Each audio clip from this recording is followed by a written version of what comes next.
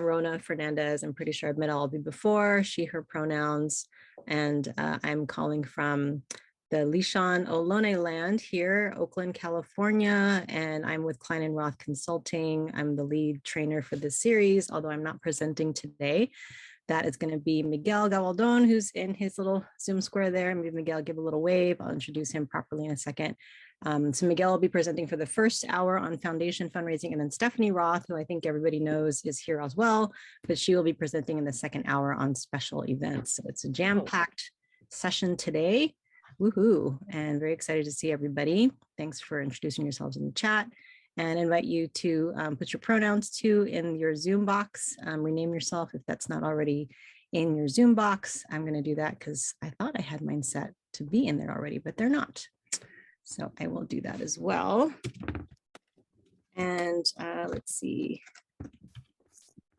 Waiting for maybe a couple more folks, but while we do that, I'd love to just do a quick recap of the last session. So last week, the topic was major gift solicitation, which is a really useful, I think, and always very interesting topic, because it's such a big part of doing individual donor fundraising and being able to raise a good amount of money.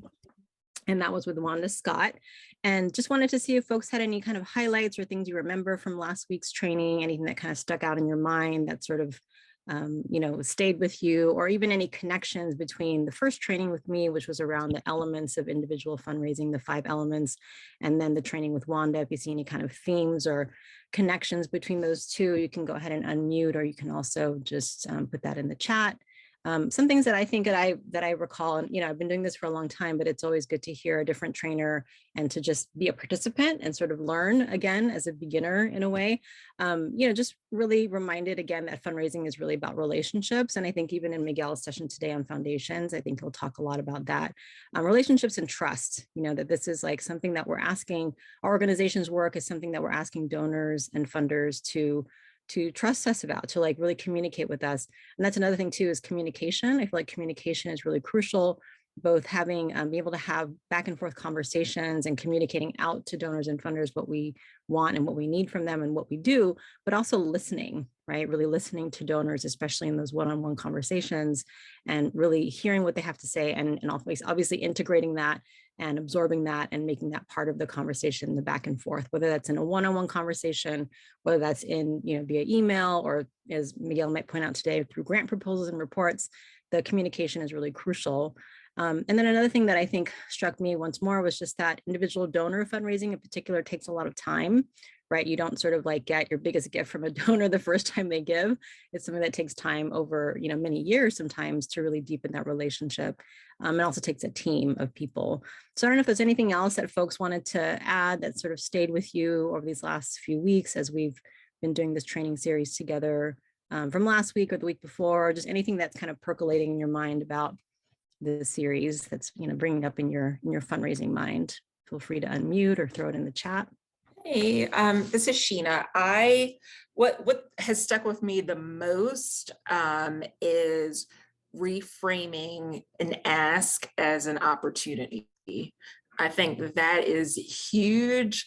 I am very shy about discussing money with people, much less asking for large sums. And so that little gem is a huge gem, and it has really changed my life in the past week. So thank you for that. Wow, thanks, Sheena. That's always a nice boost to hear as the fundraising trainers that we've changed someone's life. And I'm very excited to hear that. I know Wanda focused a lot last week on how to make fundraising joyful. So I'm hoping that that's how it's changed your life, is maybe sort of seeing like the opportunity and the joyfulness and the pleasure you can get out of, offering someone a chance to give. Absolutely. Yeah, cool. Anybody else want to share what's kind of been in your mind or connections from the last couple trainings? They had multiple bodies. We were able to share because we had a strategic planning meeting with the entire Mishra staff as well as our board members. So we were able to share some of the highlights from the first 2 series with our board members, and then just relay, the importance of fundraising and the fund development arm of our organization. So putting that in our strategic plan, ensuring that all of our staff, our board, were on the same page, and especially reframing that ask as an opportunity too. with our annual conference coming up, ensuring that everybody's engaged. And then this is how we're approaching, the individuals that we're asking for money to support, that it is an opportunity to support CHWs across the Michigan as we advocate for them, has definitely helped us in terms of developing our approach. So definitely appreciate that. And then the opportunity to share that with our entire organization. Wow, that's great. What great timing, right? That happened to be the training right before your strategic planning. That's awesome. That's the best place to kind of insert this conversation when you're thinking big picture and long term, right? That's great. I'm really glad to hear that, Kareem. Well, thanks, folks, for offering those. And with that, I'm going to start getting into our session for today. So I'm going to introduce Miguel Gabaldon. So Miguel is a very sought after coach, consultant, facilitator, trainer. He's worked with a really wide range of nonprofits in California and beyond. I've been a friend of Miguel's for a long time. I don't know how long we know each other, Miguel, probably a couple decades, probably at least. He's been a development director with Barrios Unidos and Equal Justice Society. And I met Miguel through the Grassroots Institute for Fundraising Training program. I think that's how we met, and maybe it was some other way. But anyway, he's someone that I really trusted and have worked with a lot. And I'm really happy to have him here with us today. So with that, I'll turn it over to Miguel. Good morning and good afternoon, y'all. So, Rona, we probably know each other a couple of decades, it's true, and we've been through some trenches together. There are a lot of stories that we've commiserated on, we've shared, and that is going to be the general flow of these 45, 50 minutes or so. And the information I'm going to share with you is based on over 30 years of experience. It's based on a lot of joy, as was mentioned earlier, as well as, pain points and everything in between. And so the tone of this is going to be more storytelling than technical. And I hope folks find it interesting, and I hope you find it useful toward the end. A little bit about my background, in addition to what Rona put out there. I've been fundraising since the 90s. And for some folks, that still makes me a baby. And for some folks, it might be a wow, at this point. And I did indeed begin my fundraising experience with foundations and with grant writing. And back then, and in many cases, up even today, a lot of fundraising is done very secretively, done behind closed doors. I remember the first person who trained me on grant writing had a lock to a lock to a lock back in the days when everything was paper and things were just very transparent. Fortunately, folks are being a little bit more open about it, and it is something I do intend to do with you all. I've worked with all kinds of different organizations, direct service, organizing, policy advocacy, public law interest groups, more recently urban planning, and I've worked with organizations striving to expand into all kinds of different areas. So you might hear me comment and jumping around different types of organizations because that's what I've worked with, as a staff person as well as a consultant. I've dealt with organizations with annual budgets as low as about 50,000 and as high as about 20 million a year, soon to be a little larger than that. And what's interesting is that some of the lessons learned and the lessons that folks I work with continue to relearn, it doesn't seem to matter, the size of the budget, the size of the organization, which I find quite compelling. And also easy to follow because there are just some practices that I think apply no matter what size of the organization. We'll get into that a little later. I've had my consulting practice as a solo practitioner since 2011. However, I do collaborate with firms such as Klein & Roth, and thank Klein & Roth for inviting me today. And among my clients, I also have clients who are foundations. I really want to be open, transparent, tongue-in-cheek, humorous, cynical, and hopeful with you all. And so with the anecdotes I'm going to be making reference to, I'm going to leave out names, and I'm going to try my best to hide geographies or give anything like that away, just to protect the innocent and the not so innocent. Let's see. All right. So there are 4 themes I'd like to touch upon with you all today. And in my experience, it has been these 4 ingredients that have led to successful fundraiser. I want you to note that the word grant is not in there. More on that later. So communicating provocatively is number 1. Second, understanding the institution. Third, understanding the funder. And 4th, engaging the funder. Now, when I refer to the institution, I want to be clear. I'm talking about the actual foundation, the organization that I'm referencing. The funder is the human being. Back to Rona's point earlier, you all keep talking about relationships. Relationships, yet again, comes in here. And I have seen relationship trump writing, trump strategy, trump even clarity. I've seen relationship trump all of that, even trump Excel sheets with budgets. It trumps everything. And so it's not to say that the technical pieces such as grant writing and budgets are not important. They are, but they play a secondary supportive role than does the relationship. Another thing I wanted to put out there, because as I understand it, that there might be a mix of folks in this training. Some folks who are new to foundation and foundation fundraising, and folks who are very experienced. I hope I share something with you today that is useful to everybody within the group, at least that's the hope. And I thought it might be helpful to define a foundation. Just for giggles, I Googled it and I wasn't satisfied with the definition of a philanthropic foundation, but feel free to do your own research, of course, if you're curious. Here's how I define it. A foundation is organized money. And it's organized money that can have a benefit for the folks who brought that money together, including a tax write-off, including a political agenda benefit.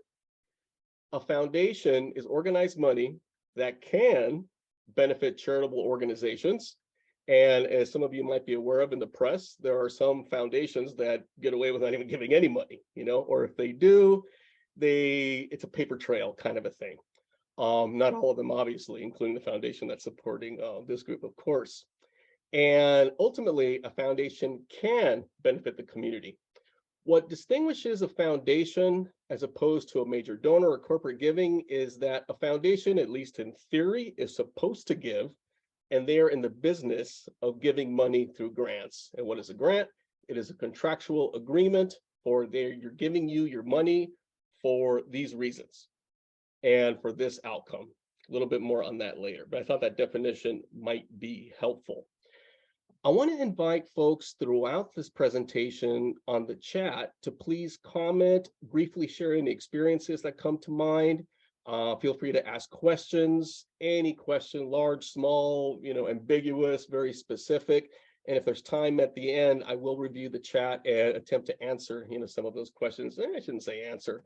It's really more provide, some anecdotal and some insights, hopefully. So let's begin with communicating provocatively. So if you think of yourself as a writer or used to be a creative writer, even if it was back when, you were in, grade school and whatnot, there's nothing like writing grants that can threaten to kill that creativity because it's so technical. It's like the worst 5-paragraph essay you could imagine. And it's just like, and it just might, again, destroy that. And so one thing I've been doing with partners and clients lately is I've been inviting them to tap into that creative process as they tell the story of their organization, their cause, their work, their community.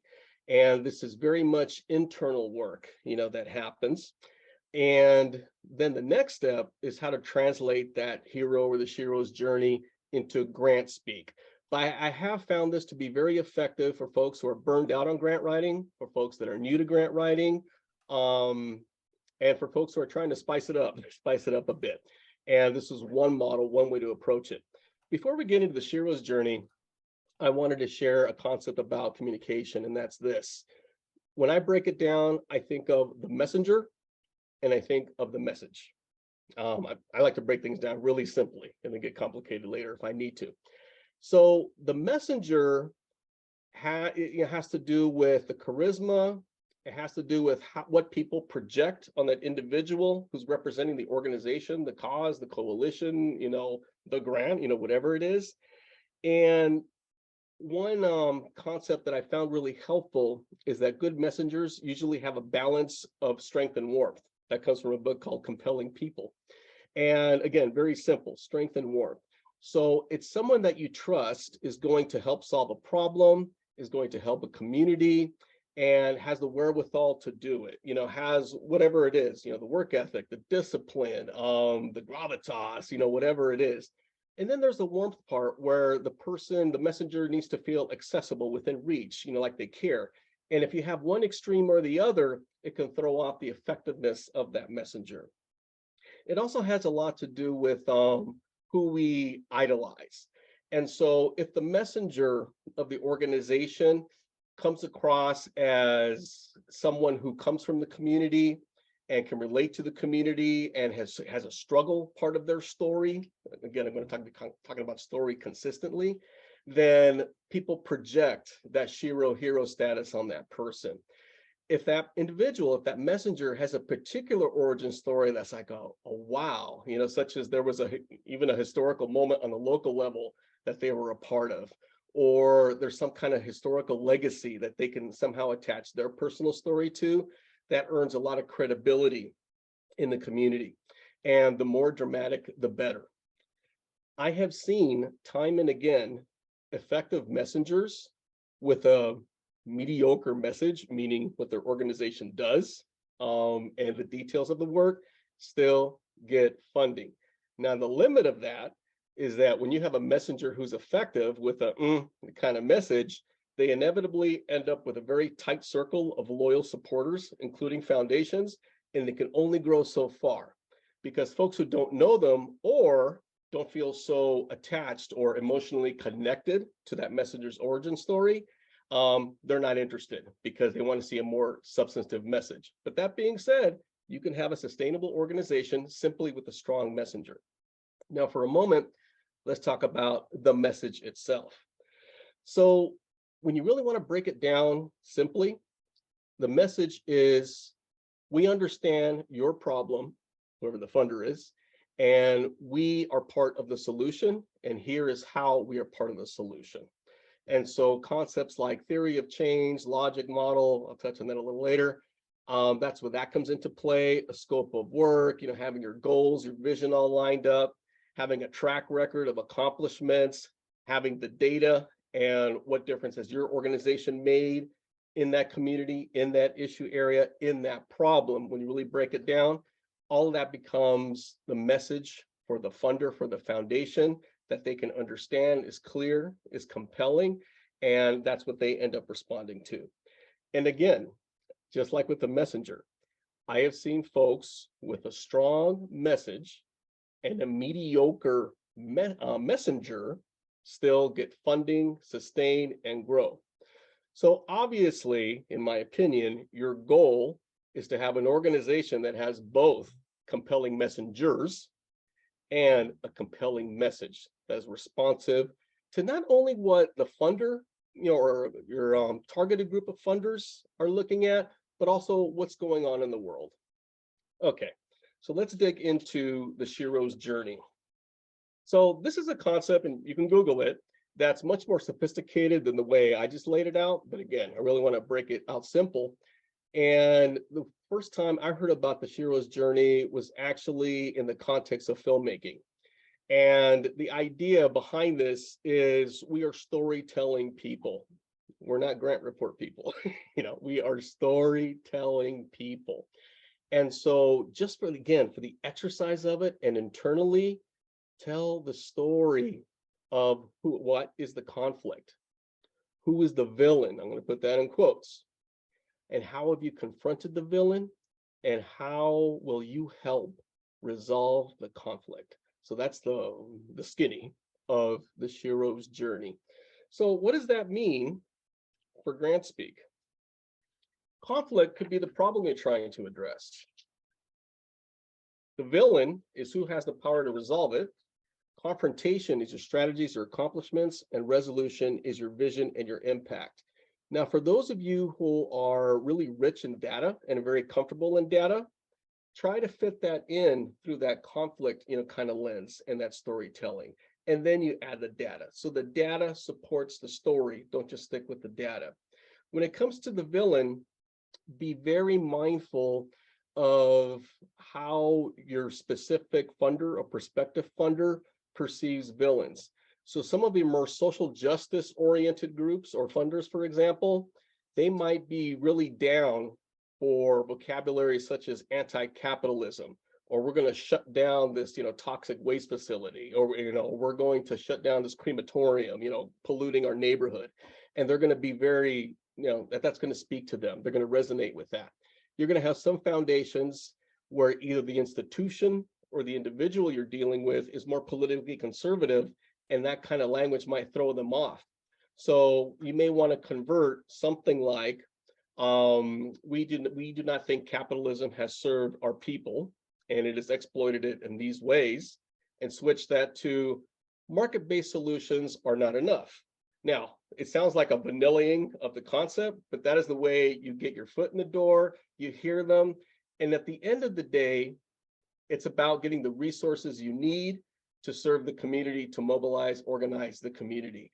And so personally, I have no problem playing a little bit of salesperson and getting my foot through the door. Let's talk about understanding the institution for a moment. And again, this is the institution, which is a collection of human beings where there's all kinds of stuff going on and no one human being actually controls the whole thing.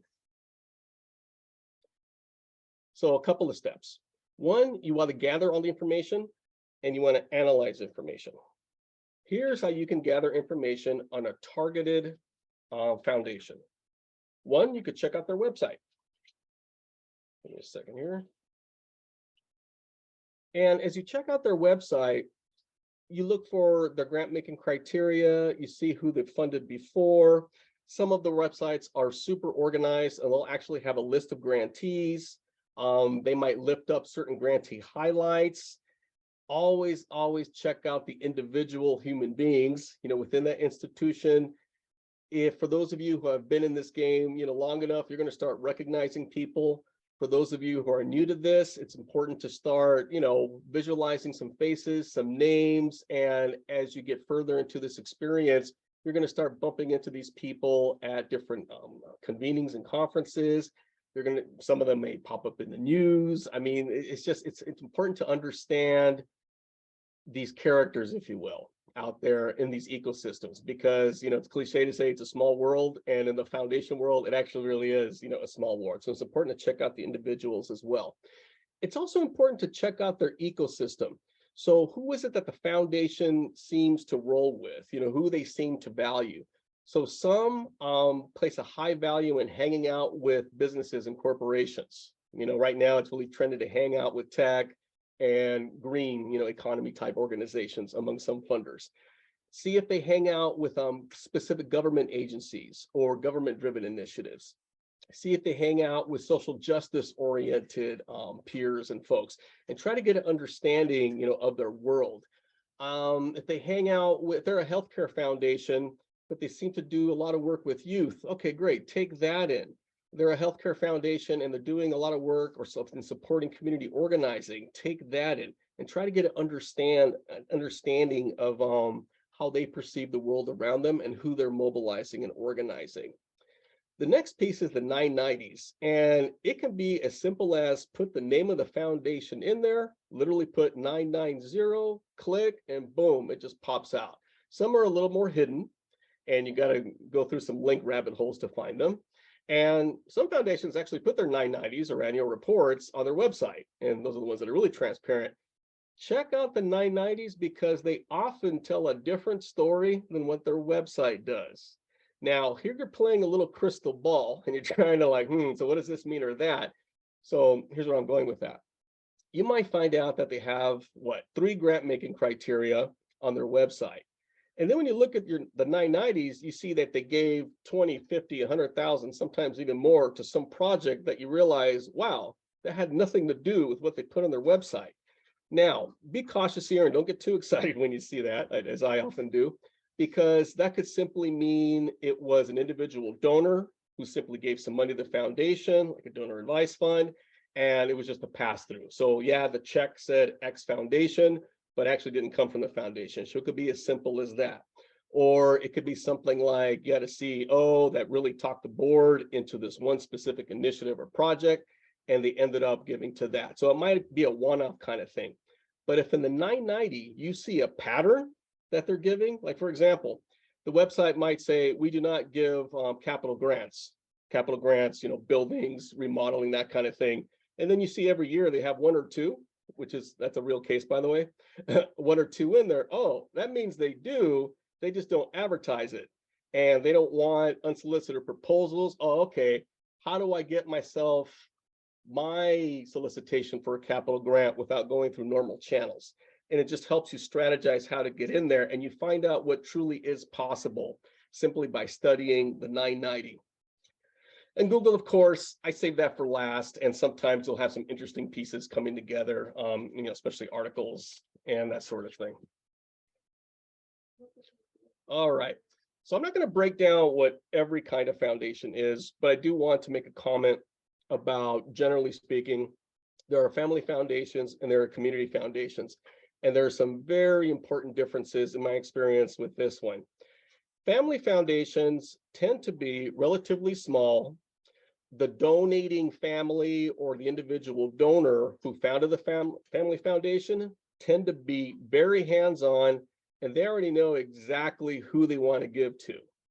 They're not interested usually in doing some kind of community assessment. They're not interested in what's urgent in the field or what the community has to say. Again, there are exceptions to all of these blanket statements. Basically, it's, again, organized wealth, a little bit more organized than major donors. So the summary is this with family foundations. They are very difficult to get in. However, if you do get in with a family foundation, which essentially means building a relationship with some individual, and usually, again, the 990 will list all those individuals on the board. Rona, I see your hand up. I just wanted to point out, since we were talking about major gifts last week, that you might have people in your current donor network that are part of family foundations. So if you ever get a major gift that comes from a family foundation or something that looks like one, just something to note. So just there are connections sometimes between our donor work and then the foundation, especially as it pertains to family foundations and DAFs, which I know Miguel is going to talk about. So just wanted to make that connection. Oh, thank you. So another characteristic of family foundations is they tend to have no staff or very few staff. And the staff within family foundations usually have very little influence. I've worked with family foundations where they'll even hire a CEO and literally, with that title, but it's still the family that calls the shots and runs the show. And the CEO basically takes in the meetings. And so it's important to understand, who you're dealing with within each of these institutions. Now, in contrast, the community foundation, many of them, especially at the local and regional level, they pride themselves in being connected with community. Some of them are trending toward mandating that their program officers get more involved with the community, engage the community, listen to the community, sit in on coalition meetings, and they're much more proactive. And so community foundations are, relatively speaking, easier to engage. And so they also have many departments, multiple staff members, and some of the largest community foundations, they actually have their fiefdoms. What do I mean by fiefdom? Is you can have community foundations where you will have one department with their own grant making strategies, their own preferences, their own biases, their own political theories of change and all of that, literally next to another department that's radically different. What does that mean for you as an organization? You might approach one of these individuals within that department and they treat you like, man, you're crazy. And no, this is too small potatoes for us. I don't know why I even wasted my time. And you're walking away, wow, what a horrible foundation. Don't do that. Go back and just talk to someone else, engage another department, engage another stream. And you just might, again, this is all personal experience, you just might get the, wow, this is fantastic. We've been looking to partner with someone like you. This is great. Please apply, and please do it this way. Please do it by this timeline, and they're going to start partnering with you. And that's the beauty of community foundations, is there's much more room, for you all to navigate. Local versus statewide and national foundations. So local foundations, what I mean by that is, your local United Ways, your regional community foundations, and by regions, it might be a county or a couple of different counties, that kind of thing. Similar to community foundations, they seem to be much more connected with community. It's a lot easier to engage. Again, they also pride themselves in having direct connections with community. And so, they can be very promising. Statewide and national foundations can be more distant. And so there's a couple of strategies with that one. One is that if you're an organization that is well known, and that includes grassroots organizations with modest budgets, you can catch the attention of a statewide and national foundation, but it is a bit big of a long shot. What I've seen more successful with statewide and national foundations is if you work in coalitions and the coalition membership, according to the bias in the framework of the statewide and national foundation, impresses them, then it's likely you'll catch their attention. One thing to bear in mind as you're trying to catch the attention of statewide and national foundations is, if you haven't already, is that you also have local foundations who are actually competing with you, and they have the staff to compete with you. And so I'm not trying to discourage you to pursue statewide and national funding. Obviously you have some, otherwise you wouldn't be in the space. And I am going to paint that picture of it takes much more strategic thinking and planning and networking to get there, and organizing. Donor advised funds, in my experience, they behave pretty much like major donors, and they house their money. For many of them, it's actually a financial strategy. In other words, how to protect and build more wealth. And I know that sounds cynical, but that's real. And if you do somehow deal with a donor advised, funder, and they're just not engaged, just bear in mind that for them, either A, they already know who they want to give to. They might want to give to the university they attended or where their children attend. They might want to give to, some kind of nonprofit that's related to a faith group they're affiliated with. And so some of these donor advised funds, much like family foundations, they know who they want to give to. And unless you happen to match or have a good contact, within that circle, they're hard to get in. The good news is that there are many folks with donor advised funds who are much more engaged in community, in the field, and they want to be connected. They want to be involved, and they actually end up partnering really well with foundation staff. And in fact, donors, donor advised funders, they rely on community foundation staff to help them build relationships, to help them advise them on where they should give their money. And so the stronger relationship you have with foundation staff, you might end up having a connection with some of the donor advised funds. Now, bear in mind that the donor advised fund world is a very competitive one. And here's what I mean by that. A number of foundations' growth strategy, because they fundraise too, their growth strategy, for not all of them, but a number of them, is to attract donor advised funds to park their money there. And then in the name, the check has the name of the foundation, but that check ends up going to where the donor advisor fund says to go. Some of you might be aware of, for example, Fidelity Charitable Trust and those kinds of institutions. And there are some foundations who are trying to play the same game, and there's simply a pass-through of money. There's some pushback on that, including internally to the foundations, and they're trying to educate donors more. They're trying to move donors to being more aware of community issues and to redirect funding to organizations that are beyond the radar of donors to donor advised funds, including organizations run by people of color. All right, let's transition now to understanding the funder. And again, this is the human being. We're going to cover three ideas here: positional power versus influential power, bias, and personality. All right. So a lot of folks, when we talk about, funders and grants, sorry, getting a little distracted by the chat here. Folks will dwell on the program officers, and yes, they're certainly a key player. Absolutely. But folks will also overlook a number of other important folks. So gatekeeping staff.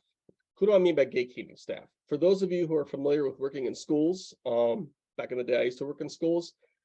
There were three relationships I just absolutely had to maintain well. The obvious one's the principal, but the not so obvious ones was the secretary and the janitor. And I'm not just saying that to sound cool or egalitarian, anything like that. I mean, literally, they open doors. Literally, they know what's going on with the teachers, what's going on in the school environment, what's going on with families. Families will often confide more in them than they will with teachers or administrative staff. And I just find gatekeeping staff just invaluable in helping me navigate, institutions and funders and people. So in the foundation world, the gatekeeping staff might be called program assistants, office assistants, executive assistants.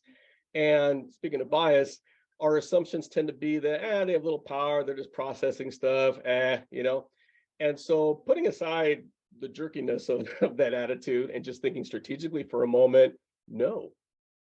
CEOs talk to them. They hang out. They may not have direct authority over a certain grant, but they can influence conversations. They can influence direction. As you build rapport with gatekeeping staff, they also might give you the heads up of, hey, you know, I heard that there's going to be this RFP, request for proposals for da-da-da. Oh, you know what? I heard that they're going to move the deadline on this and that, whatever. They will give you the heads up once you establish that rapport with them. And so it's important. Program officers, so they likely have a portfolio that they're trying to move forward. And by a portfolio, I mean they have a cluster of grants that they're trying to show some kind of relationship with one another and presenting them as a package. And so that's something to be aware of as you're trying to understand what's going on in the program officer's brain. Assuming the program officer wants to see you succeed as an organization, anything you tell them, you give them on writing, verbally, any of that, they're already making a case in their minds for how to convince their boss, their CEO. Some of them have peer processes where they have to present each grantee to a group of peers in their foundation that they need to pitch to. So the easier you make it for them to make the case for you, back to storytelling and data, the better, the more likelihood that you're going to be successful. So think of program officers, you know, as your champion. Now I'm about to contradict that a little bit because there's one important exception. Sometimes program officers are compelled to move forward a grant proposal, even if the program officer actually doesn't agree with it, they're going to go along with it anyway. And if that's the case, if at all possible, try to find that out if that's the case, because then it's someone in the leadership staff, manager, VP, maybe the CEO, who's actually your champion. So be mindful of who your champions are, and also be mindful of who might be annoyed because a higher up said, move this through, and try to build rapport with that individual as well. Board members are kind of funny. There's this assumption that in every philanthropic institution, in every foundation, it's the board members that ultimately call the shots. And as I mentioned earlier, yes, in family foundations, they do. In smaller foundations, they do. But as an organization becomes larger or becomes a community foundation, typically board members actually do not have that much influence. Now, if there's an individual board member who is a prominent in the eyes of the CEO and in the eyes of program officers and leadership staff, if there's a board member who in their eyes is prominent, important, someone they want to make sure they have good relationships with, there is that possibility to leverage that. And the board member saying, hey, I understand that organization's applying. Yeah, they're good people. You know, putting that informal good word for you. I've seen that work well. What I've seen work even better in larger foundations from board members is when they turn the attention of the organization to communities or issue areas that they've been neglectful of. And I've seen board members have a lot of influence over that. And so while a board member, usually it's not appropriate for them to say, hey, move this grant, they can say, you know what, we haven't done much for the immigrant community. We haven't done much for the African immigrant community. By the way, the more specific, the better. You know what, we haven't done much for this neighborhood, and look what's going on over there. And by the way, you can be a thought partner and a collaborator with that board member and help them help you and your community and your fellow organizations working with that population, that issue area, or that neighborhood you're trying to get more resources to. All right, now let's talk about bias. Now, Miguel, can I just many of us look at the word. Sorry, Miguel, can I just add something real quick? So I just want to maybe ask you a question, like, you know, this sounds like this is staff, but like, how can a board be involved in some of this other? It sounds like a lot of work, right? And I'm just thinking about like people feeling like, oh, I have to do all these things, and you know, the classic capacity issue. Like, can you talk a little bit about how you can involve different people in your organization in some of this work to kind of cultivate and collect data? So what I would suggest is for each, first of all, have a short list of foundation prospects. And by short list, I mean several. So several to some of you might mean 2 or 3, several might be literally 7, and prioritize those folks. And then outline a strategy for each of those foundations. And at that point, figure out who's appropriate to talk to whom. When it comes to foundations, at some point, they are going to want to talk to the leader, the CEO, the executive director. At some point, they have to come into play. A number of folks in foundations are also willing to speak to a program person, especially if they have some kind of leadership or management role and or program depth. They're willing to engage that person.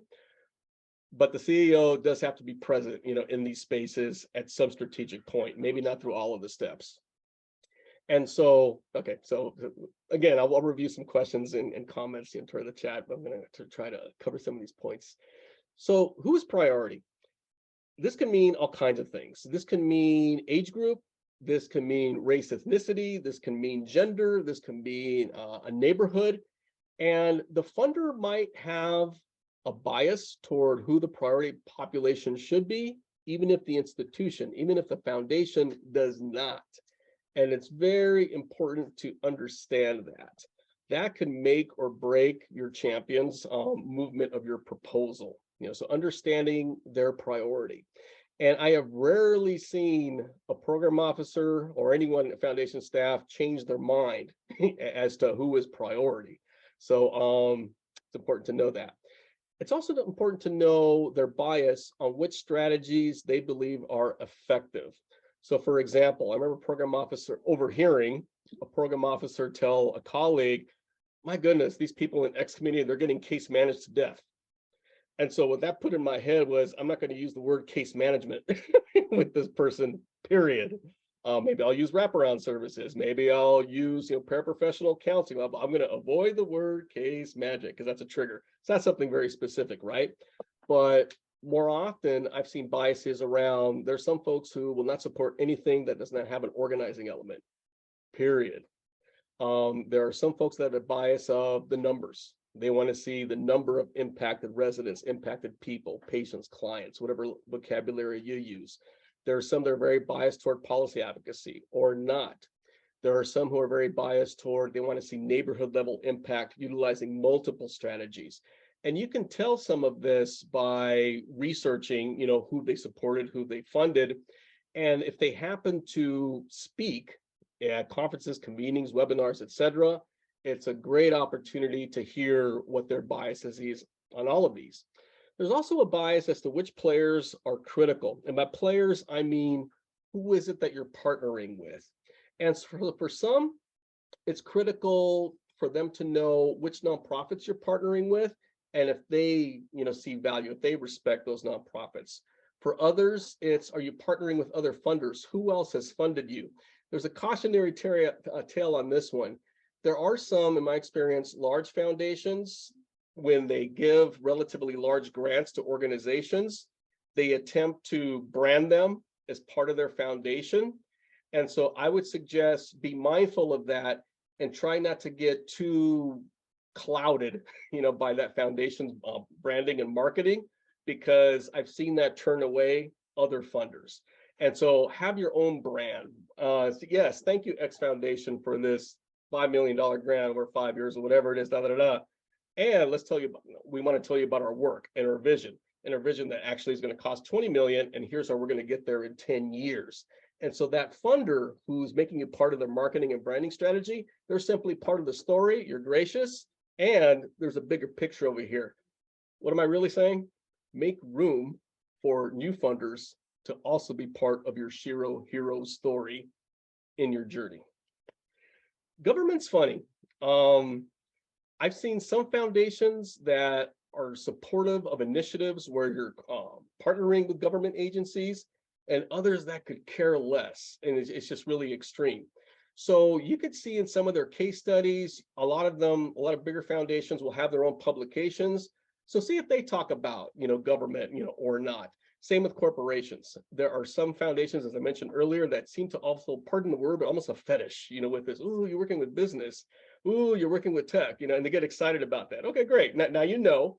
And if it's within your reach, if it's within your strategy and your goals to partner with tech, great. Do that. All right. Now we get to personality.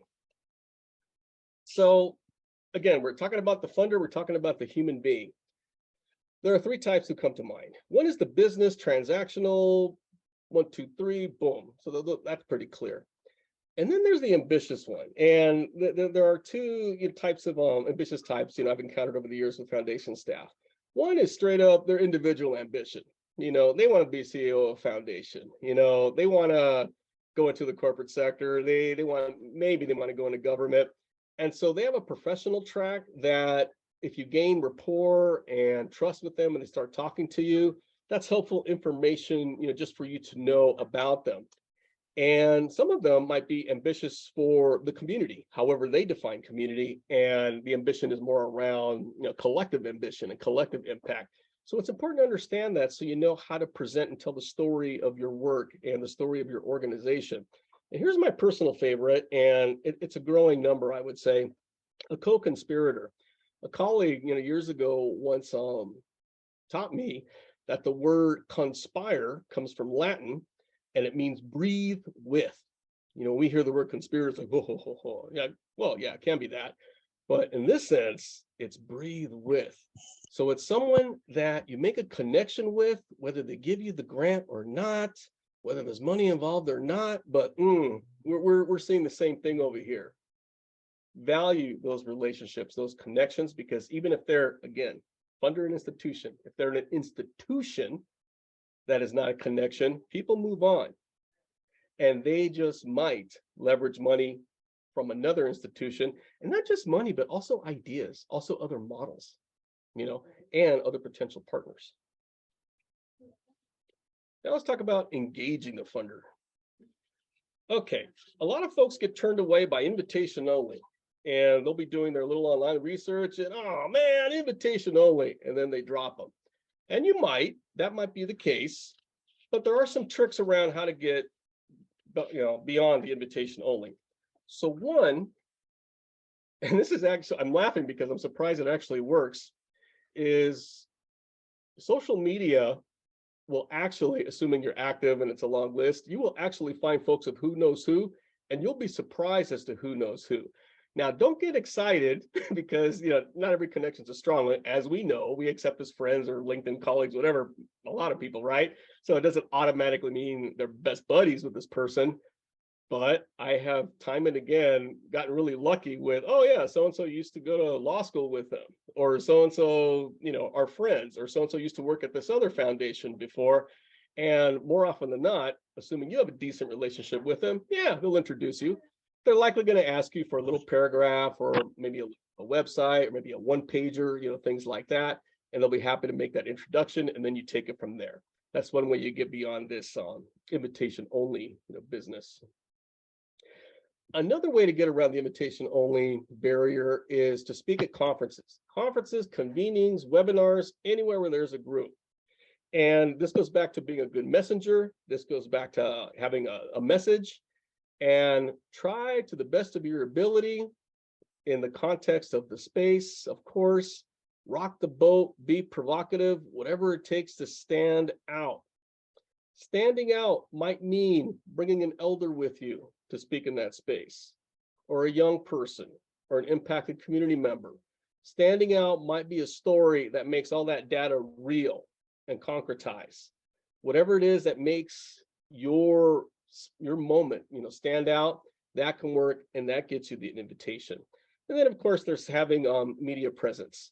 So media presence is not within my area of expertise. However, I have worked with folks who they are, and it's amazing what folks can do with, if folks look up, let's see, people working in Sun Valley, California on access to healthy food, making sure you pop up, as one of the first ones. There are folks who, I don't know how they do it, but I know it can be done. So there's that strategy. And then there are, of course, traditional earned media experts who have relationship with journalists, and they can help get a story, that covers the work of you and your organization.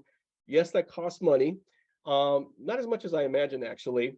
And if that's still a barrier or there's no funding source for it, perhaps that's something you could do with a group of partners or a coalition. But I have seen that, pay off. Request for proposals. Here are some tips. So again, I've been putting grants over here in the secondary of importance, but there are some tips I do want to share with you. One is ask them questions. And especially if they have feedback sessions or things like that, or yeah, we're going to invite folks to whatever, ask questions, get in there. And if nothing else, it's an opportunity, especially if they don't know you or your organization, to say hi. Try to make your, and this is going to sound awful, but I just seen it work, make sure your questions are intelligent. So what's an unintelligent question? Is something that they already told you or they already wrote down and you didn't bother to look. That's the low bar of intelligent question. Something that's nuanced and something that preferably a question that makes them realize, oops, we overlooked this. So for example, if there's ethnic data that they present and then how the RFP addresses that, and let's say it overlooks, for example, American Indians, you could say, and you know for a fact there are American Indians in your community, and better yet, you serve American Indians in your community, but they don't show up in the data because they get checked off as mixed race or Latinx or whatever. And by the way, that's real. You could ask that. I've noticed that you're not prioritizing American Indians. I'm curious to hear more about that because we serve X amount in our community and we know there are more. And that it's one of those like boom, kind of moments. And that again is what makes you provocative and makes you stand out. Submit your proposal early. You know how we go all crazy on deadlines? So do they. They have deadlines too. They have their internal processes. They have bosses on top of them say, hey, we need to get this done. Same pressures as we do, and they go just as crazy. And what I've heard program officers complain time and again is the flood that comes in at 11:59 or whatever the deadline is. And they just go nuts. Their system crashes, all kinds of craziness. And on the other side, I've heard them be surprised when someone submits early. And sometimes I've been even thanked for it in the past. And, oh, so you already got points right there. If nothing else, you're just being considerate. You're also avoiding on your end any potential, technological disasters of electricity going out or whatever, right? So it just deflates all that stress. But here's my favorite reason why. Submit early because, again, it's about cultivating a champion within that institution. The champion will take a peek at it. By the way, they won't be in a rush because they got it early. And they're going to say, ooh, my VP is not going to like this. Well, shoot. Yeah, they're cool. I'm just going to tell them. I've had program officers literally send back my application, my proposal with a bunch of red and comments and this and that, and they literally end up co-writing it with me. Some are more subtle. They'd be like, you may want to lift up this aspect more than that. Or they might be very, direct and be like, ooh, don't even mention da-da-da-da-da. That's a trigger point for leadership over here. And they just literally guide you through it. All good reasons of why to submit early. Mobilizing your contacts. If you happen to have folks who know these folks, including perhaps the person who introduced you to them in the first place, give them a heads up. And they just might informally let them know, hey, I understand, my buddy so-and-so, blah, blah, just applied. They do good work. I hope you check them out. Or at least visit them, give them a call, you can mobilize your contacts to talk to them. Follow up. I've seen folks time and again take rejection from foundations super personally. And I want to discourage you from doing that. Maintain the relationship, even if you do get that rejection notice. A lot of folks ask for feedback. Sometimes you'll get it, sometimes you won't. Don't take that personally either. Maintain that good relationship. I know we're heading toward time. So the last thing I actually want to leave you with is this, is foundations oftentimes get the bad rap, and it's supported by, evidence and experience that they are transitional, brief relationships, they're fickle, they have their strategic plan every 3-5 years and they totally switch. And that's real. And I have seen organizations and individuals maintain long-term relationship with funders if they're being seen as an innovator, someone in the trenches, in other words, getting real work done, a thought partner, and a colleague. And that's what I've seen sustain foundations. So I believe it's time to wrap up.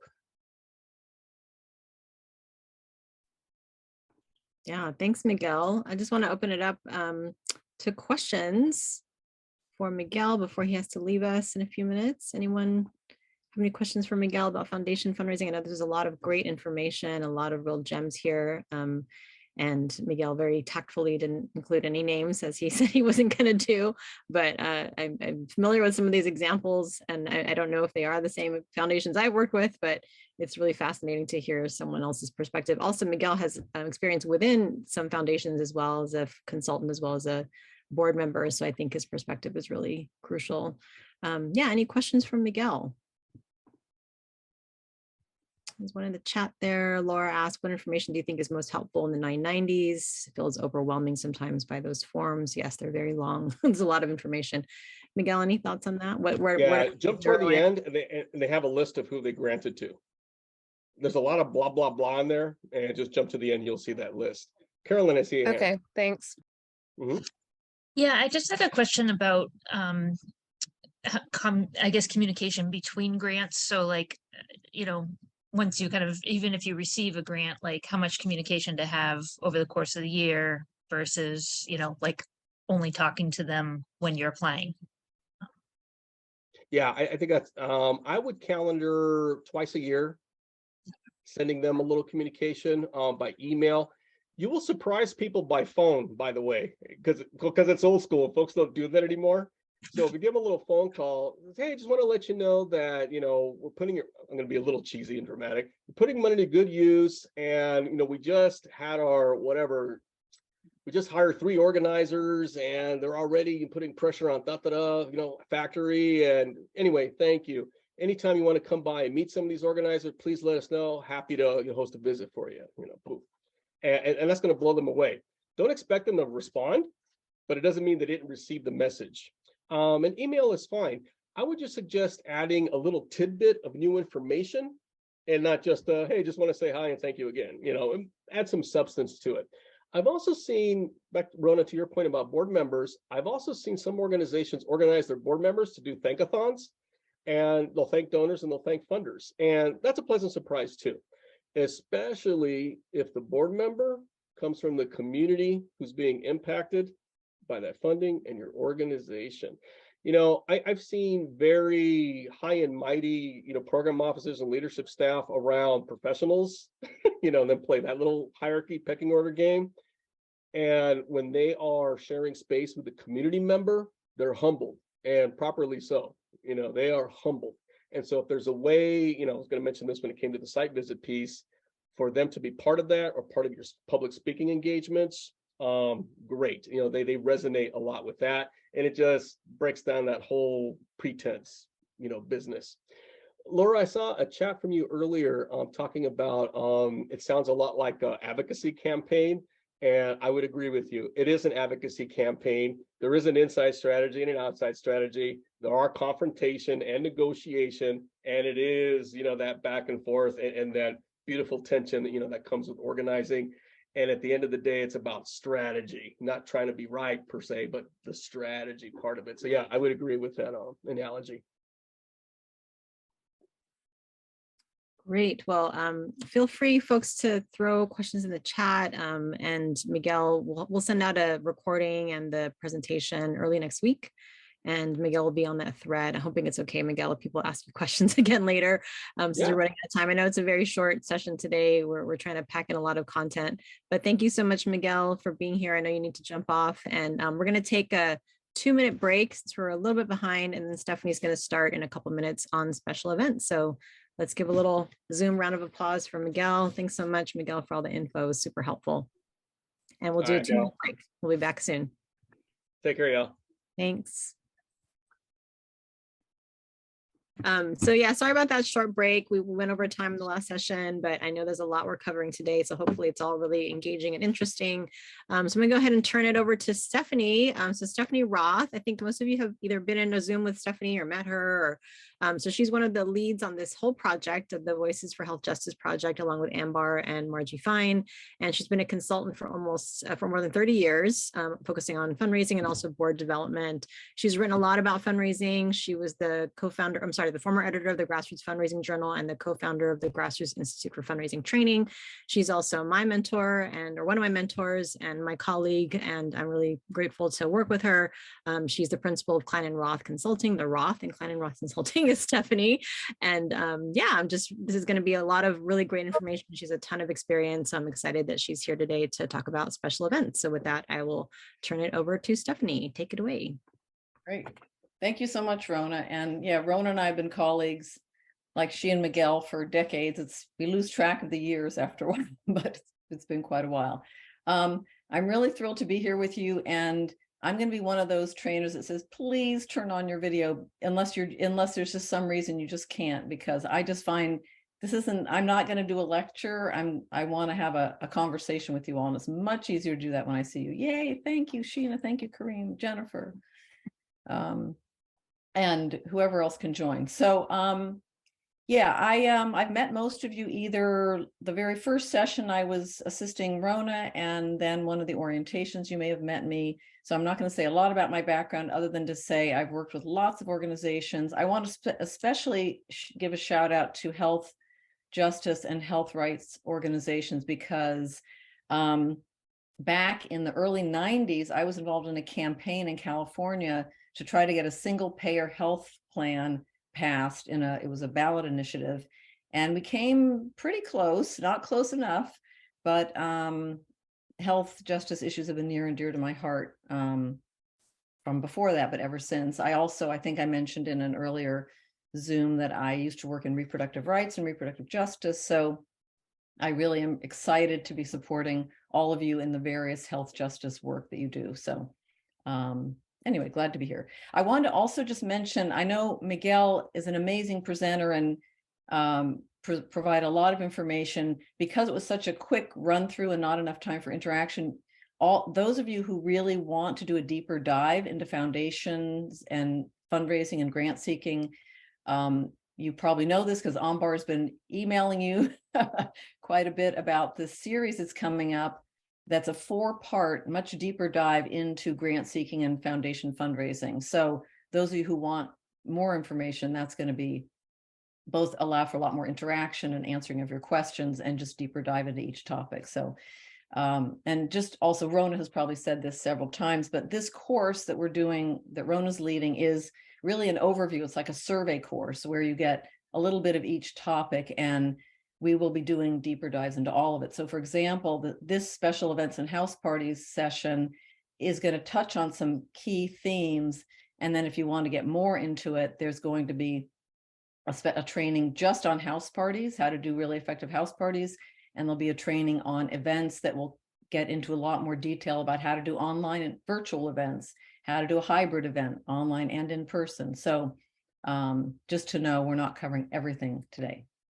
Okay, with that, I'm going to see, are there any quick questions or comments so far? Okay, so I'm going to share my screen.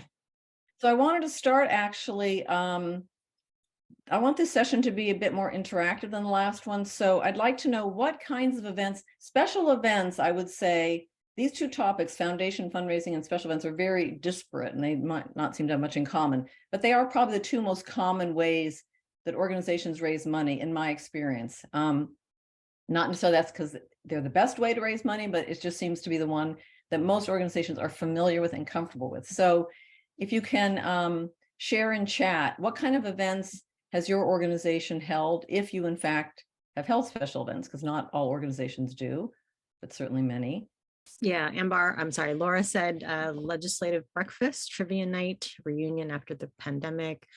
Jennifer, it can be any organization, not necessarily your current one. I think right. Stephanie's just looking for people's experience, right? Funder dinner/luncheon, community forums, trivia night, lots of trivia nights, which is interesting. Advocacy day, lobbying with appointed legislatures. That's what's coming up in the chat. Reunion after the pandemic. Sounds fun. Quarterly membership and volunteer celebrations. Yeah, lots of different ideas. Plus, I know that Jennifer, you just had a big event, right? So that I think it was a gala of some kind. Right. Okay. All right. Back-to-back gala one night, conference the next day. I'm still flat on my butt. Yeah, I bet that's a lot. Yeah. So Events are very common and they range, yeah, there's just such a wide range of what they can be. And so when you're planning special events, you really want to think about what makes sense for us. There's not a one size fits all. It really has to be tailored to your organization. So I want to start, before we get into actually thinking about what kind of events you want to have, I want to go to, whoops, this slide that you might recognize from Rona's presentation the first week, which is this process by which you build relationships with donors, bring people into your organization as donors, cultivate relationships, get people to continue giving over time, and ultimately hope that some of them will give much larger gifts in your major gifts program. So the reason I wanted to put this slide up is I wanted to convey this idea that events should not be these episodic, like, oh, what event should we do this year? Or let's do the same event we did last year. Let's change the event up. But think about, how do the events fit into your overall program? So the first point here that I raised, they can be used for any of these purposes. Do you want your event to be something that brings in new people? It's part of your donor acquisition strategy. That will be a very different kind of event than if it's one to connect with your current donors, right? What's going to make someone want to come to your event who never heard of your organization or has never given, has never been part of it? What's going to bring them in the door may be different than what's going to keep someone giving as a current donor.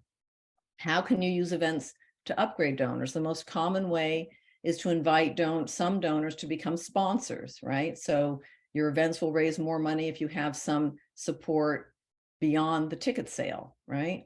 For those who haven't done events, if you plan to do a special event and the only income you're going to generate from it is from selling a ticket for people to attend, you will never make any money. You might break even, but even that is unlikely. So the sort of major donor, getting people to sponsor, is one way you can use special events to generate those kind of gifts.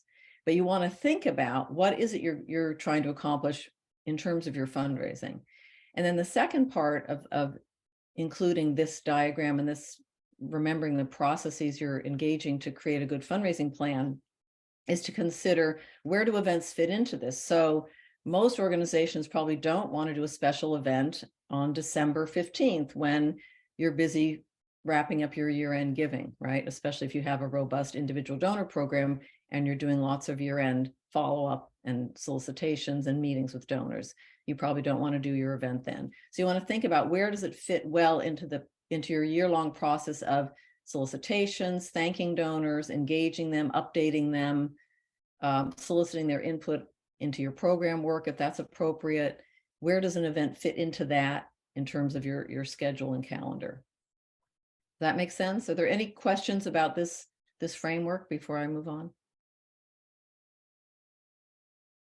That makes sense to everybody? And you're all very strategic in how you do this, right? Okay. All right. So next, we want to think about, so what are the pros and cons of special events? And Ambar is going to share a link in the chat that I'd like you to click on to. And when you get to this, it's a Jamboard, which I don't know how many of you are from. Is there anyone here not familiar with Jamboard? Which is basically a whiteboard where you can enter comments.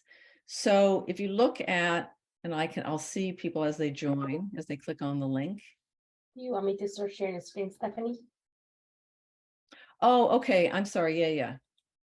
No.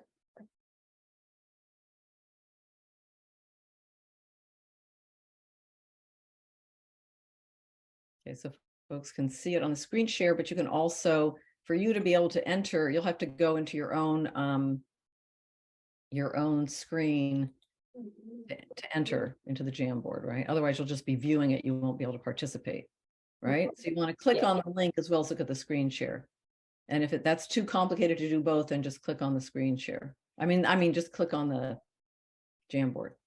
So basically, I've listed here this question, what are events good for? And I've listed 3 things. They can be good for celebrating your work with your community, building community with people, building relationships. They can be good for raising money. What else? And then if you want to enter something on the tabs on the side, there's a bar that has different icons. The 4th one is a sticky note. And if you click on that, You can write something on the sticky note, and then you save it and it posts onto this Jamboard. So it's like doing a flip chart. Yeah, there we go. Okay, so building new connections, someone said, building visibility, education, raising awareness about a topic or issue, leveraging community resources, building support for an advocacy initiative or program, getting donors to increase. Great, these are great. Helping make new connections, right. Telling stories, building affinity. These are great. So getting donors to become fundraisers, it's a good way to engage other people in fundraising, right? Becoming table captains, hosting, being on the host committee. Great, wonderful. Engaging the board, yes. Sometimes it's hard to get board members to do fundraising activities, but events are something that a lot of board members are familiar with and may be willing to do, even if they're not willing to do a one-on-one ask. Great. Okay. These are wonderful things. And you can see that these are things that sometimes events are the only way you can really do that, right? That you can certainly build connections without an event, or you can thank donors without an event, but an event allows you to have that energy of people in the room, even if it's a Zoom room, right? Even if it's an online room, that events can do that very powerfully. Great. Okay. So having seen that, let's go to the second frame here. What are the downsides of events? So if everyone can get to that. So one is they're very labor intensive, right? I'm sure Jennifer can tell us lots of stories about how many sleepless nights she had and how many hours she spent organizing the event, right? And also they can be risky, right? What if you have an event that was scheduled for when Hurricane Ian came through and you're in Florida, right? What about the pandemic? How many events were canceled because of the pandemic? Quite a few, I'm sure. So what are some other things that are downsides, the cons of events? Need focused organizing team and clear goals, which can be hard.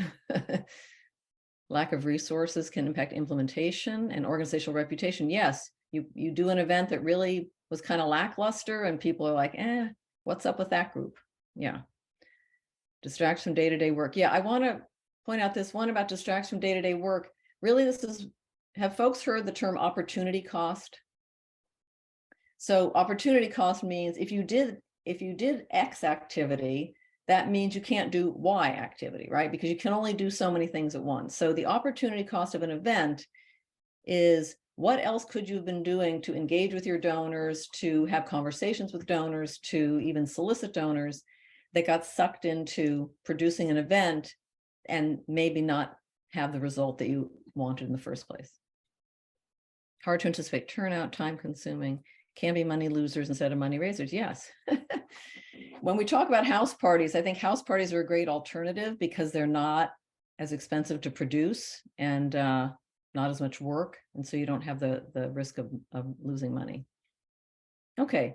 So you're all pretty aware of the challenges of events. And yeah, burnout is definitely an issue. I think when organizations have done annual events for many, many years and sometimes decades, there can be burnout from the key board members and staff members who were producing them. And it's hard to keep that energy going if you are dealing with burnout. Competition, I assume you're talking about with other organizations, right? If there are many organizations having an event the same week or the same month, events tend to be seasonal. You have a lot in the spring, a lot in the fall. So you have to be careful about that too.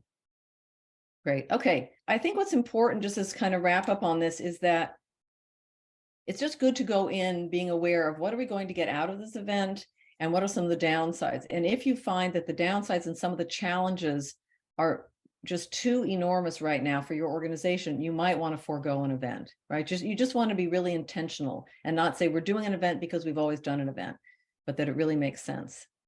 Okay, so what I want to do now is look at what's important about planning events. And then I'm going to have you go into breakouts in a few minutes to talk with each other about what kind of goals you might set for your next event.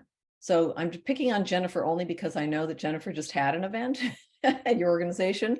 But this is a great opportunity for you to sit back and think, okay, what would we want to do next time? What goals did we set for this event that didn't come to fruition, or maybe it was the best event ever and we just want to do it again. But the first thing is to really set clear goals. And most organizations, when they're new to events or someone who's new to fundraising, and I say, what goals do you want to set for your event? They say, well, we want to make some money. We want to raise money.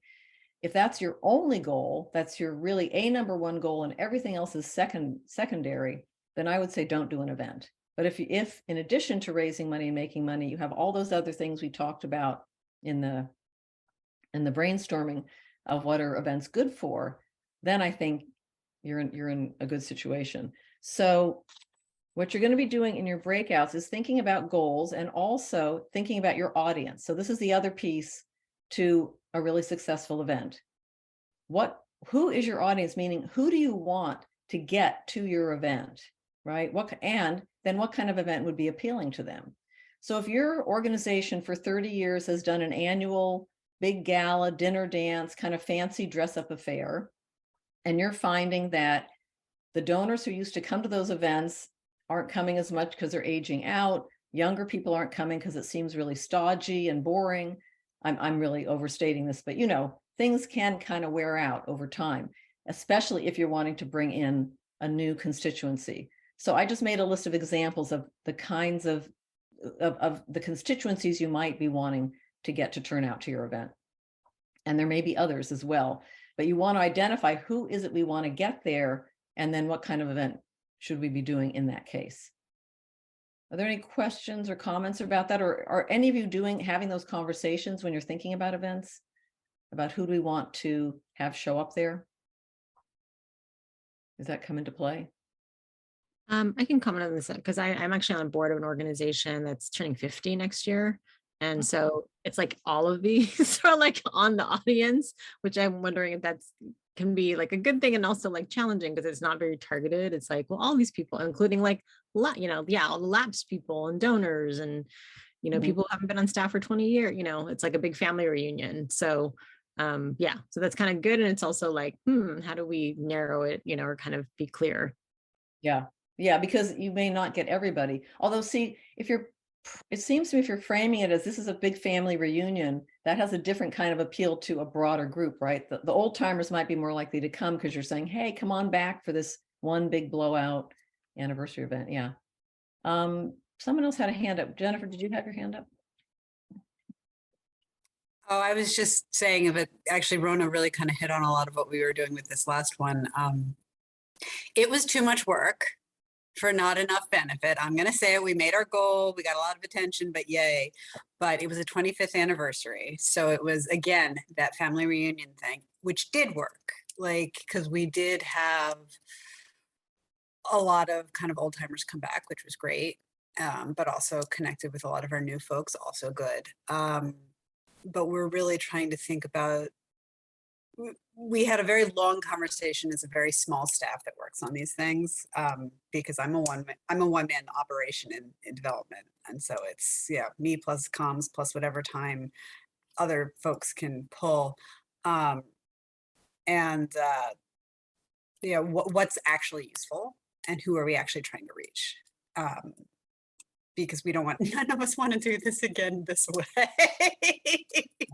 Yeah, I would say without knowing anything else other than what you just said, Jennifer, my number one advice would be hire an event planner. Like a one-person development shop should not be in charge of a major event. That's just way overload. Anyway, that's just.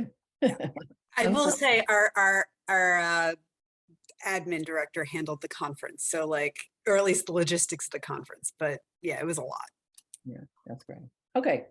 All right. So let's, I think right now I'm gonna stop the share here. So we're gonna now go into breakouts. And what I want you to do in the breakouts is think about two things. You're gonna be in groups of 2 or 3, and you're not all necessarily gonna be able to have long conversation. It's really just touching quickly with each other on what are some goals that you want to set for your next event that you would think are most important? Is it getting a lot of people together? Is it having an opportunity to solicit corporate donors who might not sponsor you, might not support you otherwise, but they'll sponsor an event?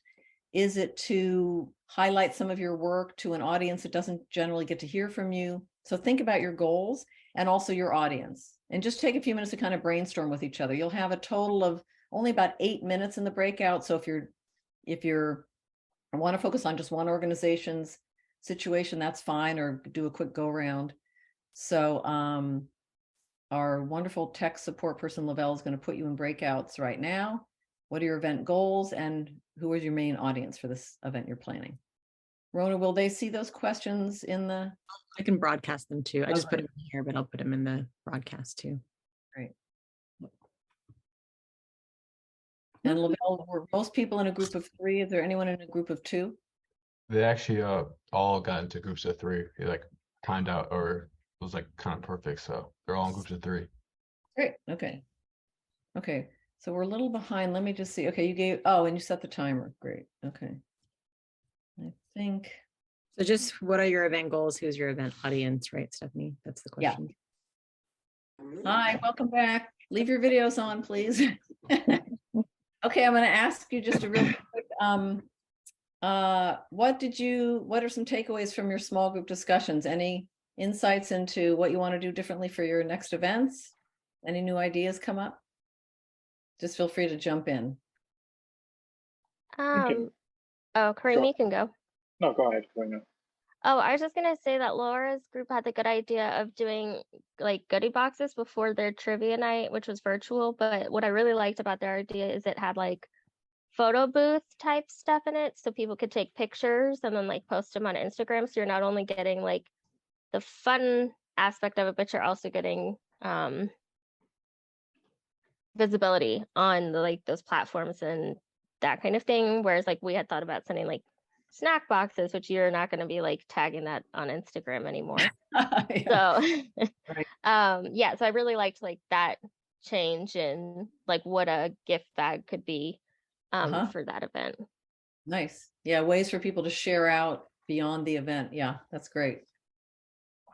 And other ideas about getting different audiences to your event or changing up your event? Anything else? I think we had a stimulating discussion, myself, Jennifer, and Carolyn, about Jennifer's recent back-to-back events, and then the direction that they're moving forward really helped us, have some discussion about the events that we have upcoming, Mishwa, with our annual conference, and Carolyn's organization, with their fundraising events too. And just the equity in including our members who we serve as, in terms of advocacy, making sure it's not that, we're not gatekeeping in that sense, trying to find a way to ensure that everybody's included so we can hear their voices, make them engage them and have that buy-in into our organization, which then will further those roots in the community. So, I had some really good conversation, and appreciate you, Jennifer, for sharing your experiences with us. Mm-hmm. Hi. This is Brenda. I was in a group with Alex and Angel, and they were saying some of the goals were, of course, raising money and making their donors feel valued by having, telling their story and showing how the donors have made an impact. We also talked about doing great marketing. Also talked about being organized, very important. Being organized, yes. As far as the audience, the donors, for Angel and even myself, it'll be the community health workers. We're getting ready to have an event, so we want to appease the community health workers. We want them to know that they are valued, so and let them feel it. That's and great. that was, yeah, those were the goals in the audience. Yes. That's great. Yeah, I think it's really important. I'm glad you raised the issue of valuing the people who make your work possible, whether it's donors or participants in your programs, members, people who benefit from if you do services. I've never really been a big fan of events where you have a very high ticket price, and then the only people who can come are more affluent members of your community. You want to make it a little more inclusive, which is why I think doing sponsorships to support the ability of anyone who wants to attend is a way to go. And, we could argue about that. I'm not saying my way is the only way, but it's just a way to look at those issues of equity. So thank you for sharing that. There's something else you said that I was just going to say about details. You'd mentioned Rona and I, one of the first projects I ever worked on with Rona was maybe 20 years ago, when Rona was hired to organize this conference. It was a fundraising conference. And she had an amazing attention to detail, amazing way to organize things, even before we had Google Sheets and all kinds of online methodologies. And I thought to myself, oh, this is why we hired Rona and not me to do this, because I am not very good around details. So you want to think about who playing to people's strengths on organizing events too. You need those detail-oriented people to pull them off. So, okay, let's move on to the actual steps in organizing. And we only have a few minutes. So I'm just going to run through this quickly and highlight a few things. That the other thing I wanted to say, in addition to coming to additional workshops that we'll be having, is to talk to your consultants. If you're working with a one-on-one consultant through this Fundraising for Health Justice program, they can help you with really thinking about your fundraising event strategy. So please do that. So are you all seeing my share here? Okay, good. All right. So I'm just going to run through some steps. I think it's good to have a planning committee. Don't do it by yourself. Bring in volunteers, bring in your board members, other staff as much as you can. Setting your goals, we already talked about. In organizing, this is one thing that I have found really helpful, is creating a master task list, but doing it in categories. So really thinking about, most times when people think of events, they think of the program. Who do we want to bring to speak or entertain or whatever? What's the program piece itself? But you also want to think, and the logistics, like where is it going to be and what kind of food? Are we going to have food, or is it going to be all online? The promotion is all about getting people there. So it's not just your invitation, but it's posting on social media. It's promoting it on your website. It's everywhere a person sees something about your group, they see something about your event, if it's a broad public event, of course. And so you really want to think of all the ways to promote it and get people there. Fundraising is its own category as well. As I said earlier, if it's just ticket sales you're going for, you're not going to raise any money. So what are some other ways? And if anyone wants to speak to this, what are other ways you brought in funding in the context of your event? So we mentioned sponsorships. What else have you done to bring in additional revenue in your event? Anyone want to share? I like the silent auction idea. I was just, yeah. Yep, It's silent fun. auction. It can be fun. Sorry, I had an event, not at my current org, not the event I just ran, that had a huge auction. I mean, we would raise it. You have to be careful with the silent auction though, like, because it can, if you don't have a good committee to handle it, it can really spiral into a humongous hydra, between catalog descriptions to, you know, capturing the things to actually making sure that people are bidding on it. It really, like, it's great if it works. Yeah. I'm a big fan of cattle raises or kind of open ask, particularly a paddle raise. Laura, I can tell you've run a lot of auctions. They're evil, but can be really effective. Yeah. The other thing about auctions, there's silent auctions and then there's live, and the paddle raise is a live auction. And I think they can be very effective. And again, you have to really think of your audience. So there's an event in a community I lived in last year. It was a rural community, but they had quite a big affluent donor base. And so their auction items were all like $1,000 items, like a big vacation to Hawaii or something that really, you know, you wouldn't want to auction it off for $100. So you have to make sure you have people in the room who can afford those prices, right? You don't want to auction things off where people that no one can bid on them. So just make sure there's a match between that. A silent auction, you can have smaller things much easier, right? So anyway, Angel, you had your hand up. Did you want to? Yeah, I was just going to piggyback off of what you were saying. More so like with the silent auctions, you just take about being creative. I think sometimes with the silent auction, people have just one set mind that is just standard, but you could be so creative with the silent auctions as well as you can use that as an opportunity to collaborate with other organizations. Like the last time I done it, I reached out to other organizations that actually donated. They donated gifts, they donated swag items that they had with their branding. So we were collaborating to kind of put their services out there, as well as it opened up gifts to where it cut down on our budget for us having to buy different things. I went out and got salon certificates and barber certificates and auctioned those off. So it really helped us out financially in the long run, saved us a lot of budget. Oh, absolutely. Yeah. I recommend if at all possible, do not buy things for your Exactly. Yes. Get them donated. Yeah. Yeah. That's really make good it fun and creative. Make it your own. Don't have to be standard. Yeah. Yeah. Great. Okay. So just again, when you're thinking about the fundraising piece, you think about what are you doing to raise money before the event? That's the sponsorships and ticket sales, right? And at the event, the things like auctions. But since you can only raise money from who's in the room when you do an auction, unless you do it as a virtual ongoing thing, you really want to think about how do you bring the money in before the event ever happens. You want to have met your budget if possible. Okay, so let's just go to a couple other quick points, and then I want to switch over to house parties. But this is just basically, steps you're probably already familiar with. I think it's really helpful to have your planning committee divide up into these subcommittees that work, but focus on the program, focus on promotion, and focus on fundraising. Make sure you always do some kind of follow-up to thank your guests for coming, thank your donors, and also to evaluate. This is so critical after each event to get together afterwards and say, okay, what went well? What do we want to do differently next time? And it's a good way to invite feedback from anyone who you think would help give you some good ideas for next time.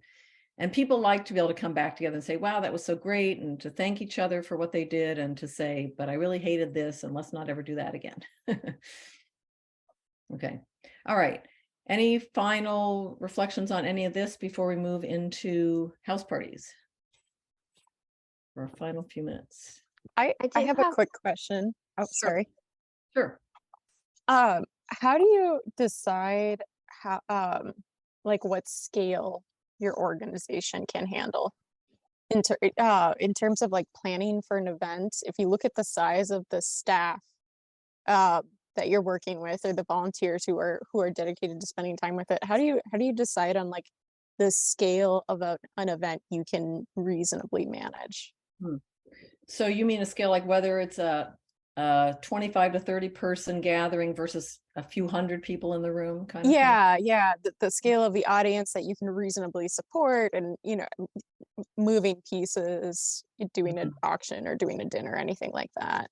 Yeah, I guess that's an interesting question. I'd open it up to others to weigh in here. My first thought is it's not so much about your internal capacity, because I believe in hiring event planners to do stuff, but it is about having a volunteer team, though, some volunteer capacity. And do you have the prospects to come? So let's say, well, I think we could, because we have the budget, we have a little extra money on hand, we could hire an event planner. We have our board raring to go, so we don't need a ton of staff time. But do you have 300 people that would show up to an event, right? You could plan an event for 300, and then what if only 50 people come? So to me, it's more about your audience than it is your internal capacity. It's both, but I would look at, so Kate, how many people would show up to a really cool event that your organization wants to put on if you were to send out an invitation today for an event in 2 months? I have no idea. We have our donor list, but we have folks who are across the state, and for various reasons, they were really interested in like one part of our operations in the state, but that piece is now going to be its own thing that's going to be operating independently. So do they still want to support our core services? I don't know. I don't have a grasp on that. Yeah, so that might take a little more exploration with your team, your staff team, and maybe board members who are sort of tied into the community to say, yeah, what's your best guess on that? And you might try some things out that are smaller and more locally based. If you're statewide, You know, are people going to travel great distances to an event? Probably, you know, less likely to. Yeah. I don't know if that helps, but again, are you working with a one-on-one consultant in this project? No, we were planning an open house at the start of the spring, and it was going to take place in October. And ultimately, we decided not to go forward with that because we didn't have the manpower to plan. So we're still interested in doing an event, but creating a sense of like a final goal and a sense of what can we reasonably manage with our resources has been the challenge. Right. Okay. But my question was, are you working with someone through this Fundraising for Health Justice program, a consultant one-on-one? No. No. Okay. All right. So I'm happy to follow up with you offline a little bit more, but this is something I would sort of explore with a consultant, then again with your staff team. Yeah. Sure.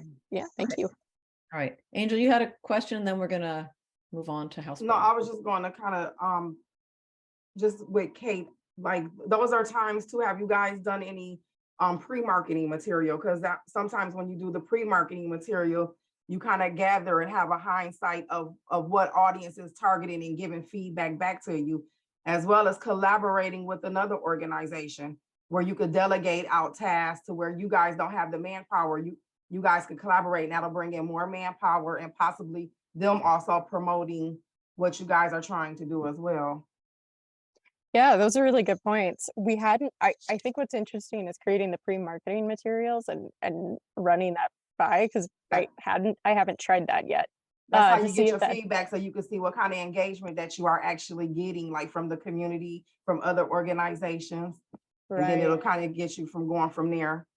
Yeah, that might be something we try next time we're trying to frame this out. Thank you. You're welcome. All right. Good luck. Okay. All right. So we're going to switch gears now to, sorry about that. House parties. Okay. So this is going to be really fast overview, but basically house parties. How many of you have, just move to this slide. How many of you, and just raise your hand like this or use the function in the icon. How many of you have ever hosted a house party at your home? One, I certainly have. Okay. And how many of you have ever attended someone else's house? So you've gone to someone's home for a fundraising house party. Okay. So for those of you who've never hosted one or been to one, basically, I actually love house parties because they're much less stressful than a big public event. They're much more manageable. They're much less costly because generally you ask the host to provide some kind of simple food and drink. You don't have to pay for the venue because it's at their home. It's a nice kind of a little more intimate than a big public event. So here are some things that house parties can do. They can bring in new donors. You can invite, I've had house parties where I've invited my neighbors who never even knew that I was involved in a nonprofit, but I invited them to learn about it, or invite some of my friends and family who, again, I wouldn't normally send a fundraising appeal to, but I might invite them to my birthday party that I'm turning into a fundraising event, right? It can help you strengthen relationships. So sometimes it's a nice way to do that donor cultivation. You bring people together who may know each other, may have something in common in addition to the fact that they support your organization, and it can help build those relationships. I also find for people who hate doing one-on-one asks, or they just, no matter how many times you train them and support them and help them, they just won't do it, but they might have a conversation in a more intimate gathering in your home or in their home.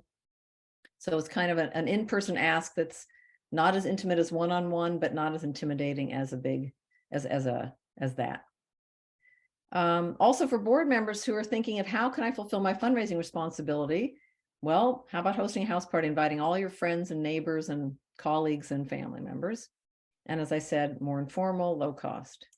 Okay, so I want to move to my main tips, because I've been to so many house parties that missed one or two key things, and really just missed an opportunity to be much more successful. One, your best host is someone who's willing to invite their networks, right? There are people. Otherwise, how are you going to get people in the room? The only exception to this and I've seen really good exceptions to this, is someone has a fabulous home somewhere that you really want to take advantage of, and you offer to them, if they're not as excited or able to invite people they know, you offer to bring in the people, and that the draw is that it's this amazing, fabulous home that people want to go to, right? So I've seen that happen where since, oh, that person lives, in this amazing neighborhood, and people want to go and see their house and their garden and hang out there. But there has to be one or the other. Either has to be a destination that's going to be a draw, or the host has to be willing to invite their networks. And ideally, the host still brings in some new people. It's also ideal, although not essential, but it's ideal if the host makes the pitch, right? The host says, thank you for coming to my home. I'm happy to open up to you. I'm happy to support this wonderful organization working to expand Medicaid for all in our state. And this is why I'm doing this, and this is why I want you to join me in giving a really generous gift. So that is more powerful from the host than a staff member from your organization. Outreach. Generally, the formula is you have to invite at least 3 times as many people as you hope will attend. And I would say unless you have a tiny little apartment that only fits 6 people, aim for at least 15 to 20 people for a house party to have kind of enough energy in the room. Now, the 3 times only works if the people you're inviting are known to you or to the host. So you could invite 200 people by sending out an e-blast to your email list and not get a third of the people to come. You'll get a third of the people coming if they're people that are known. Okay, you got that? That's really important. That formula doesn't work if you're just doing it as an e-blast. It's for specific people you've invited. Okay. The other thing is I do not do a house party that's like an open house from noon to 5 p.m., right? You want a very short time frame, ideally 2 hours, because at some point you want to bring people together, have a program. You can see me and my wife here doing a pitch at a house party in this photo. You want that opportunity for as many people to be in the room as possible, so you have that critical mass. Okay, so that's why your house party timeline is short.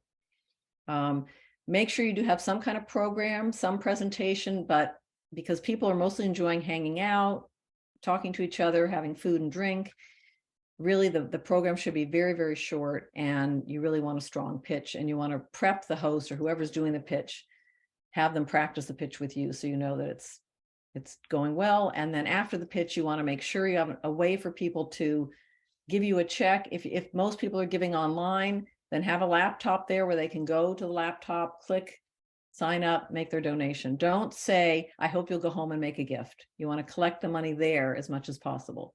Since people don't use checks as much, that's going to be harder, but you also might have some ability to accept credit cards with a Square or some other mechanism. So all that technology we'll talk about in a later session, because I know we're running out of time. So any questions about any of this? I know that was really fast.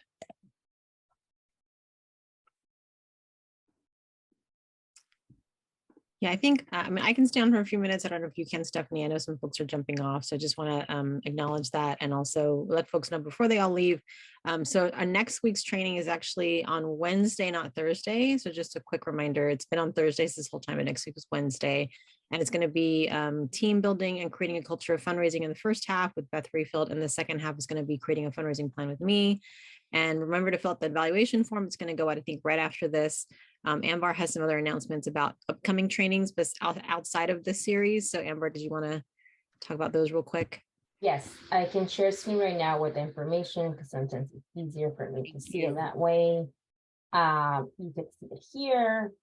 The sessions, the 4-part foundation series, there's also going to be funder guests in them. So if you want to go ahead and register for that, that would be great. And we kick off on the 18th. Making the most of Giving Tuesday, since Giving Tuesday is around the corner. It's happening on Friday, October 14th. Year-end planning, it's also happening in the month of October on the 27th. And then fundraising with board for more members is happening on the 17th. I created a small bit.ly here that I can share on the chat. That is so that you can access our Google Calendar and the registration forms, and all of the events happening throughout the program will be there. And if you want to dive more into event planning and house parties. We'll be having 2 90-minute webinar on each in the month of March. So if you're interested in that, just be on the lookout for my email. And that's it. Well, thank you.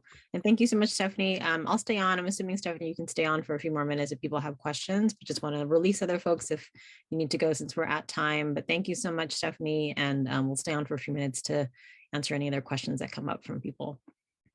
Great. Take care, everybody.